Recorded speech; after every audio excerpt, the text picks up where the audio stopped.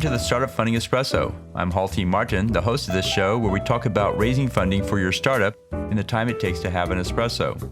I hope you enjoy this episode. Hello, this is Halti Martin with the Startup Funding Espresso, your daily shot of startup funding and investing. Most of the work in a standard board meeting are perfunctory duties such as approving minutes, reviewing financials, and metrics. The board also weighs in on key decisions around fundraising, strategy, and other topics.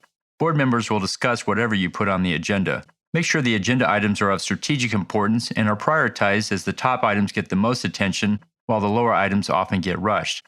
The more preparation you do before the meeting, the better outcome you'll have. It takes time for board members to come up to speed on issues, so it's best to send out the background information before the meeting so they have an opportunity to prepare. Sending the board meeting slides and financials in advance will reduce the number of board members reading through the materials during the meeting. Calling a few key members beforehand to discuss any concerns or issues will reduce the number of queries in the meeting.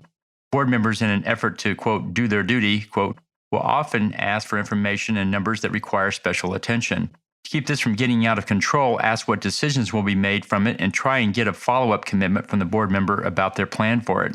Thank you for joining us for the Startup Funding Espresso, where we help startups and investors connect for funding. Let's go start up something today.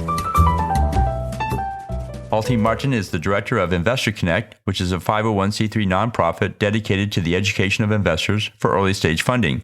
All opinions expressed by Hall and podcast guests are solely their own opinions and do not reflect the opinions of Investor Connect. This podcast is for informational purposes only and should not be relied upon for the basis of investment decisions.